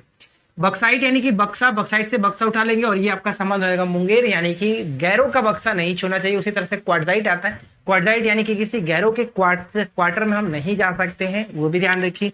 भागलपुर यानी चीनी मिट्टी, चीनी मिट्टी का बर्तन लेकर के कोई बच्चा है जो कि मेले से भाग गया यानी कि भागलपुर। बेगूसराय सोरा, सोरा बेसुरा, सोरा बेसुरा, बेगूसराय, ठीक है। उसी तरह से अगर आगे बढ़े, यूरेनियम, यूरेनियम बहुत ही डेंजरस होता है, यानी कि आपका यूरेनियम का मतलब समझिए कि वो काम खत्म कर देगा, गया, अब वो गया, तो यूरेनियम ध्यान रखिए। खनिज तेल रोहतास, डोलोमाइट गंधक का संबंध रोहतास है। तो ये हो गया आपका खनिज से संबंधित जो कि इंपॉर्टेंट जिले। अब हम बात करते हैं यहाँ पे कि गंगा नदी के किनारे कौन कौन सा शहर बसा हुआ है, बूढ़ी गंडक, छपरा, दरभंगा, ये जो शहर है वो किस नदी किनारे बसा हुआ है, एग्जाम्स में डायरेक्ट देखने को मिलता है। ठीक है, तो चलिए हम देखते हैं। जैसे यहाँ पे देखिए गंगा नदी के किनारे कौन कौन से शहर बसे हुए, जो इंपॉर्टेंट है वो मैंने लिखा है आपका हो गया पटना, मोकामा, भागलपुर, बक्सर और मुंगेर। गंगा नदी बिहार में बक्सर के चौसा जिले में प्रवेश करती है, ये आपको पता होगा। तो पटना, मोकामा, भागलपुर, बक्सर, मुंगेर ये सभी के सभी गंगा नदी के किनारे अवस्थित है। राइट। सेकेंड पॉइंट बात करते हैं गंडक नदी। गंडक नदी का संबंध, जो कि गंडक नदी किस के किनारे कौन कौन से इंपॉर्टेंट शहर है, तो आप याद रख सकते हैं हाजीपुर, एक हो गया आपका सोनपुर, ये दोनों इंपॉर्टेंट है। ठीक है। बूढ़ी गंडक की बात करें तो बूढ़ी गंडक में देखिए मुजफ्फरपुर, खगड़िया और समस्तीपुर, ये तीन चीज आपको ध्यान में रखना है। और उसके बाद अगर हम बात करें छपरा, छपरा किस नदी किनारे बसा है, छपरा तो इसमें आपको दिख रहा होगा, इसमें भी रहा है घाघरा, छपरा घाघरा प्लस गंगा नदी के किनारे। दरभंगा मैंने कल की वीडियो में आपसे पूछा था कि दरभंगा किस नदी के किनारे बसा है, सिर्फ और सिर्फ मुझे एक ही कमेंट मिला था और वो था आपका बागमती। ठीक है, दरभंगा बागमती के किनारे बसा हुआ है। गया किस नदी के किनारे बसा हुआ है, गया जो कि फल्गु नदी के किनारे, ये आपके एग्जाम्स में ऑलरेडी पूछा जा चुका है, गया फल्गु नदी के किनारे। फतुहा की बात करें तो फतुहा पुनपुन और गंगा के संगम पर कह सकते हैं, फतुहा प्लस गंगा के संगम पर आपका पुनपुन और गंगा के संगम पर आपका फतुहा स्थित है। ठीक है दोस्तों, बिहार के प्रमुख जल कुंड के बारे में आज हम इस वीडियो में देखने वाले हैं। ठीक है, जल कुंड क्या होता है, सबसे पहले हम ये समझ लेते हैं कि देखिए जल कुंड की अगर हम बात करते हैं तो वह प्राकृतिक स्रोत या फिर वह प्राकृतिक स्थान जहाँ भूगर्भ से स्वतः ही जल निकलता है उसे ही कहा जाता है जल कुंड। ठीक है, और ये जो जल कुंड होते हैं वो प्रातः गर्म होते हैं। ठीक है, गर्म होता है। तो यहाँ पे मैंने कुछ पॉइंट्स लिखा है कि बिहार के गया, नालंदा और मुंगेर, यानी तीन क्षेत्र आप यहाँ पे देख सकते हैं, गया, नालंदा और मुंगेर क्षेत्रों में अनेक जो कि कुंड है या फिर जल कुंड है। इस जल में पर्याप्त मात्रा में खनिज, लवण के साथ साथ गंधक, ये बहुत इंपॉर्टेंट है। क्या होता है, गंधक। गंधक ध्यान रखना कि इन जल कुंडों में गंधक होता है, खनिज, लवण और गंधक पाए जाते हैं। ठीक है फ्रेंड्स, और ये जो जल होते हैं इनके जो तापमान की बात करें तो लगभग 300 सेंटीग्रेड से लेकर के 700 सेंटीग्रेड तक होता है। और इनकी एक खास विशेषता ये भी होता है इन जलों की कि यहाँ के जो जल होते हैं इनका तापमान लगभग साल भर, हमेशा कह सकते हैं पूरे वर्ष एक समान बना रहता है। ठीक है, ये इनकी विशेषता होती है। अब हम बात करेंगे कि बिहार में जलकुंड के नाम और उनके स्थान, यानी कि वो किस जिले में पड़ते हैं, इनके बारे में हम लोग बात करेंगे। और यही आपके एग्जाम्स में पूछा जाएगा कि ब्रह्मकुंड कहाँ पर स्थित है, रामेश्वर कुंड कहाँ स्थित है, इस तरह के प्रश्न बनेंगे। तो सबसे पहले बात करते हैं ब्रह्मकुंड। तो ध्यान रखिएगा ब्रह्मकुंड जो है वो बिहार के राजगीर में स्थित है और ये सबसे गर्म जलकुंड माना जाता है, सबसे गर्म जलकुंड है। ठीक है, कहाँ पे, ब्रह्मकुंड राजगीर में, इसको याद रखना है। सप्तधारा या फिर सप्तधारवा, सप्तधारा या फिर सातधारवा, ये भी आपका राजगीर में ही पड़ता है, इसे याद रखिएगा। उसके बाद आता है चार और नाम, सूर्य कुंड, मखदुम कुंड, नानकुंड, गोमुख कुंड, ये सभी के सभी भी आपके राजगीर में ही स्थित है। ठीक है, तो यहाँ पे आपने देखा कि 6 कुंड आपको राजगीर में देखने को मिलेगा, जो कि सबसे ज़्यादा गर्म ब्रह्मकुंड होता है, राजगीर में स्थित है। सप्तधारा या फिर सप्तधारवा कहते हैं राजगीर में। सूर्य कुंड हो गया, मखदुम कुंड या फिर नानकुंड, या फिर एक और हम कह सकते हैं गोमुख कुंड, ये सभी के सभी आपके राजगीर में पड़ते हैं। ठीक है, तो इन सभी नामों को याद रखिएगा। इससे ज़्यादा इंपॉर्टेंट आपका ये पॉइंट्स बनता है। ये इंपॉर्टेंट क्यों है, तो इसको भी मैं आपको देखिए समझा देता हूँ। इसको याद रखने का तरीका भी आपका बहुत ही सिंपल सा है। लक्ष्मण कुंड, सीता कुंड, रामेश्वर कुंड, ऋषि कुंड, भीम कुंड। तो यहाँ पे एक चीज़ आपने नोटिस किया होगा, लक्ष्मण हो गया, सीता हो गया, राम हो गया, ऋषि देख रहे हैं, भीम देख रहे हैं। यानी हम यहाँ पे एक चीज़ नोटिस कर रहे हैं कि रामायण और महाभारत वाले जो नाम दिख रहा है, रामायण और महाभारत वाला जो नाम दिख रहा है वो कहाँ पे होगा, मुंगेर में। ठीक है, रामायण और महाभारत के जो भी नाम आपको दिखें वो हम मुंगेर में टिक करेंगे। अब यहाँ पे ऋषि से बात करते तो ऋषि आप जानते होंगे कि रामायण और महाभारत में ऋषि के बारे में उल्लेख है, तो ऋषि से संबंधित आप याद रखिए कि आपका मुंगेर हो जाएगा। अब यहाँ पर भी देखिए ऋषि आ ही गया है तो ऋषि आपका मुंगेर हो जाता है। भरारी से संबंध में कुछ नया वर्ड, भरारी से संबंध में कुछ वर्ड नहीं दिख रहा है, तो इसे आप याद रखिएगा कि भरारी भी आपका मुंगेर में ही पड़ता है। और पंचतर कुंड की बात करें तो पंचतर से पंचवटी याद रख सकते हैं, पंचवटी ये भी आपका एक रामायण का ही एक नाम है। पंचतर कुंड या फिर इसको हम पंचवटी कह सकते हैं, पंचतर याद रखेगा, पंचतर से हम लोग पंचवटी से याद रख सकते हैं। ठीक है, मुंगेर में। एक पड़ता है आपका गया में, जिसको हम लोग अग्निकुंड के नाम से जानते हैं, अग्निकुंड गया। ठीक है, देखिए अग्नि में ग आप थोड़ा सा देखेंगे तो गया में भी ग तो है, तो इस तरह से बस थोड़ा सा याद रख लीजिए, बाकी इसमें कुछ है नहीं। अगर आपसे पूछ ले कि रामेश्वर कुंड कहाँ स्थित है, तो बस आपके माइंड में बस आना चाहिए कि जो भी राम या फिर रामायण से संबंधित, महाभारत से संबंधित नाम दिखे उसे हम लोग मुंगेर को टिक करेंगे। तो लक्ष्मण कुंड पूछे, सीता कुंड पूछे, चाहे फिर आप रामेश्वर कुंड पूछे, ऋषि कुंड हुआ, भीमबंध हुआ, ये सभी के सभी आपका मुंगेर में जाएगा। लेकिन अगर हम यहाँ पे थोड़ा सा ध्यान रखने वाली बात है कि सबसे गर्म कुंड कौन सा है, तो ब्रह्मकुंड राजगीर में पड़ता है। सप्तधारा या फिर सतधारवा कहाँ पर पड़ता है, तो ये आपका राजगीर में पड़ता है। सूर्य कुंड पूछे, नानकुंड पूछे, गोमुख कुंड पूछे या फिर मखदूम कुंड पूछे, ये सभी के सभी राजगीर में स्थित है। तो आशा करते हैं कि आप लोगों को ये छोटा सा वीडियो पसंद आया होगा। बहुत ही छोटा सा था लेकिन बहुत इंपॉर्टेंट है, क्योंकि यहाँ से प्रश्न पूछे जाते हैं। और अगर आपने इससे पहले के बाकी के बीपीएससी के टॉपिक्स को नहीं देखा तो प्लेलिस्ट बना हुआ है, आप जाकर के चेकआउट कर सकते हैं। अगर आप इन सभी छोटे छोटे टॉपिक्स को याद रखेंगे तो गलती नहीं होगा। और ध्यान रखिएगा फ्रेंड्स, यहाँ से डेफिनेटली क्वेश्चंस बनेंगे, इसलिए मैं आपको रिकमेंड कर रहा हूँ कि इनको अच्छे से याद रख लीजिएगा। बिहार में पत्रकारिता के संबंध में, बिहार के समाचार पत्र से इंपॉर्टेंट जो क्वेश्चंस बनते हैं एग्जाम्स में, उन सभी को निचोड़ करके मैंने यहाँ पे सभी चीज़ों को इंक्लूड कर दिया है। अगर आप इतना पढ़ लेते हैं, इतना याद रखते हैं, तो क्वेश्चंस आपको इससे बाहर देखने को नहीं मिलेगा। तो ध्यान दीजिएगा, सभी चीज़ों को ध्यान से समझिएगा। मैं आपको रिकमेंड करूंगा कि अगर आपने बाकी के टॉपिक को नहीं देखा, पिछले कुछ दिनों में बाकी के जो टॉपिक कराए गए हैं उनको आप ज़रूर देख लीजिए, क्योंकि एग्जाम्स हॉल में काफ़ी हेल्प करने वाला है। ठीक है, तो चलिए शुरू करते हैं। सबसे पहले बात करते हैं फ्रेंड्स स्टार्टिंग के 3 पॉइंट्स, जैसे कि बिहार का पहला अंग्रेजी अखबार कौन था, बिहार का पहला हिंदी अखबार कौन था, बिहार का पहला उर्दू अखबार कौन था। यहाँ से क्वेश्चन पूछे जाने की चांसेस ज़्यादा बन जाता है। तो चलिए देख लेते हैं। सबसे पहला पॉइंट सबका बनता है कि पहला अंग्रेजी अखबार कौन सा था। बिहार का पहला अंग्रेजी अखबार था आपका द बिहार हेराल्ड, जिसकी स्टार्टिंग 1875 में की गई थी। किसके द्वारा? गुरु प्रसाद सेन। ठीक है, गुरु प्रसाद सेन के द्वारा ये स्टार्ट किया गया था। तो ये पहला पॉइंट बहुत इंपॉर्टेंट बन जाता है 1875 में। उसके बाद आता है पहला हिंदी समाचार पत्र। पहला हिंदी समाचार पत्र कौन सा था? बिहार बंधु। बिहार बंधु जो कि 1872 में जगह। यहाँ पे हम एक पॉइंट्स डिस्कस करते हैं। देखिए, पहला हिंदी समाचार पत्र था बिहार बंधु, 1872 में इसको स्थापित किया गया था। लेकिन 1874 में इसको दैनिक समाचार पत्र बना दिया गया, दैनिक हिंदी समाचार पत्र बनाया गया था। और इसके संस्थापक रूप में किसे जानते हैं? केशव राम भट्ट। ये बहुत ज्यादा पूछा था, केशव राम भट्ट। कहां से स्टार्ट किया गया था? कोलकाता से। कोलकाता से इसको स्टार्ट किया गया था। लेकिन कुछ समय के बाद, यानी करीब 6 वर्षों के बाद, बिहार का पहला डायरेक्ट हिंदी दैनिक समाचार पत्र स्टार्ट किया गया था, जिसका नाम रखा गया था सर्वहितैषी। सर्वहितैषी 1890 में पटना से इसको स्टार्ट किया गया था। थोड़ा सा ध्यान दीजिएगा, जैसे कि ऊपर हमने देखा कि पहला हिंदी समाचार पत्र कौन सा था, तो बिहार बंधु। बिहार बंधु 1872 में स्टार्ट हुआ था, एक तरह से साप्ताहिक समाचार पत्र के रूप में, जिसको केशव राम भट्ट ने स्टार्ट किया था कलकत्ता से। लेकिन 1874, 2 वर्षों के पश्चात, इसको दैनिक समाचार पत्र बना दिया गया था। ये चीज ध्यान में रखना है। और अगर आपसे पूछे कि बिहार का पहला दैनिक समाचार पत्र कौन सा था, तो हम डायरेक्ट कहेंगे सर्वहितैषी, 1890 पटना से स्टार्ट हुआ था। अब बात करते हैं थर्ड पॉइंट। थर्ड पॉइंट है कि पहला उर्दू अखबार कौन सा था। तो ध्यान रखिएगा, पहला उर्दू अखबार हम कह सकते हैं नूरल अनवार। ठीक है, नूरल अनवार था, आगरा से स्टार्ट किया गया था। किसके द्वारा?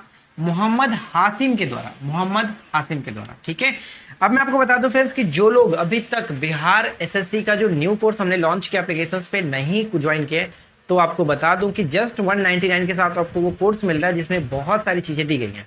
अगर आप अभी लेते हैं तो आपको 199 पे करना है, लेकिन अगर आप 2 से 4 दिन वेट करते हैं तो फ्रेंड्स आपका कोर्स का प्राइस बढ़ने वाला है, क्योंकि उसमें मटेरियल बहुत ज़्यादा डाला जा रहा है। तो मटेरियल जैसे ही बढ़ेगा तो आपका कोर्स का प्राइस बढ़ जाएगा। तो आपको मैं रिकमेंड करूंगा कि अगर आपको जुड़ना है तो 199 के साथ ही जुड़ जाइए, अदरवाइज आपके प्राइस बढ़ जाएगा तो फिर आपको प्रॉब्लम होगा जुड़ने में। ठीक है, जुड़ने के लिए करना है क्या? आपको एप्लीकेशन डाउनलोड करना, एप्लीकेशन डाउनलोड करके लॉगिन कर लीजिए। उसके बाद स्टोर सेक्शन में जाकर के 199 का कोर्स आपको दिख जाएगा बिहार एसएससी सीजीएल के लिए, आप उसको ज्वाइन कर सकते हैं, जहां पे आपको बहुत सारी मटेरियल ऑलरेडी उसमें डाली गई है और हर रोज उसमें डाली जा रही है। ठीक है, अब बात करते हैं इसके बारे में। अब अगला पॉइंट हमारा बनता है द बिहारी और द बिहार टाइम्स। ये दोनों बहुत इंपॉर्टेंट है। अब ये दोनों बहुत इंपॉर्टेंट क्यों है? क्योंकि ये बिहार को, यानी ये ऐसे 2 इकलौते अखबार थे जहां पर इन्होंने बिहार को एक प्रांत बनाने के लिए मांग कर रहे थे और ये काफ़ी ज़्यादा सक्रिय भी थे। बिहार को पृथक प्रांत बनाने के लिए सक्रिय थे। कौन से 2 अखबार? तो द बिहारी और द बिहारी टाइम्स, ये ध्यान रखिएगा। अब थोड़ा सा पॉइंट यहाँ पे ध्यान रखिए। द बिहारी जो टाइम्स है इसको स्टार्ट किया गया था 1903 में। 1903 में पटना से स्टार्ट किया गया था, जबकि 1906 में इसको भागलपुर का एक प्रकाशन होता था बिहार न्यूज़। बिहार न्यूज़ के साथ इसको मिला दिया गया बिहारी टाइम्स को और उसका नाम दे दिया गया था द बिहारी। यानी जो दी बिहारी आप टाइम्स देख रहे हैं, ये इसका नाम बाद में कर दिया गया था द बिहारी, ठीक है। और इसको 1917 में बंद कर दिया गया। 1917 में ये बंद हो गया, यानी 1903 में इसको स्थापना किया गया, 1906 में ये द बिहारी नाम से प्रकाशित होने लगा। उसके बाद 1917 में इसको बंद कर दिया गया। इसके बंद होने के पश्चात हमारे सच्चिदानंद सिन्हा जी जो हैं, जिनको काफ़ी फेमस थे, ये आपको पता होगा, आधुनिक बिहार के निर्माता के रूप में इनको जाना जाता है, सच्चिदानंद सिन्हा को। तो यहाँ पे ध्यान रखिएगा, 1917 में जैसे ये बंद हुआ तो इसके पश्चात 1918 में इन्होंने सर्च लाइट स्टार्ट किया। सर्च लाइट नामक समाचार पत्र को स्टार्ट किया सच्चिदानंद सिन्हा जी के द्वारा। और इसके प्रथम संपादक कौन बने? तो सैयद हैबर हुसैन। सैयद हैबर हुसैन इसके प्रथम संपादक बने थे, ये ध्यान रखना। अब मैं आपको बता दूं कि 1918 में स्थापित हुआ था, लेकिन 1930 में ये काफ़ी पॉपुलर हुआ। 1930 में सविनय अवज्ञा आंदोलन और उसके पश्चात आपका भारत छोड़ो आंदोलन जो 1942 में हुआ, उसमें इन्होंने काफ़ी, यानी ये जो आपका समाचार पत्र सर्च लाइट काफ़ी महत्वपूर्ण भूमिका निभाई थी और इसलिए ये काफ़ी ज़्यादा चर्चा में भी रहा था। इसको बाद में 1985 में जाकर के बंद कर दिया गया था, तो ये भी आपको थोड़ा सा याद रखना है, ठीक है। 1930 में ये काफ़ी पॉपुलर हुआ। 1930 के बाद जो कि सविनय अवज्ञा आंदोलन में, साथ ही साथ 1942 में भारत छोड़ो आंदोलन में ये फेमस रहा। 1985 में इसको बंद किया गया। अब एक और आता है आपका दी मदरलैंड। दी मदरलैंड किसके द्वारा स्टार्ट किया गया था? तो मजहरूल हक के द्वारा। अच्छा, मजहरूल हक एक और के संस्थापक थे, किसके आपको पता है? पता है तो आपको बताना है। सदाकत आश्रम की स्थापना इन्होंने ही की थी। कब किया था? जल्दी से कमेंट करके बताइए, मैं उसके बाद बताता हूँ। सदाकत आश्रम की स्थापना मजहरूल हक ने किया था। कब किया था? जल्दी से कमेंट करके बताइए। उम्मीद करते हैं आपने कमेंट किया होगा। तो इन्होंने 1921 में सदाकत आश्रम की स्थापना की थी, ये चीज़ ध्यान रखना है, ठीक है, 1921 में। तो यानी दी मदरलैंड जो है मजहरूल हक के द्वारा पटना से इसको स्टार्ट किया गया था असहयोग आंदोलन के समय। असहयोग आंदोलन के समय।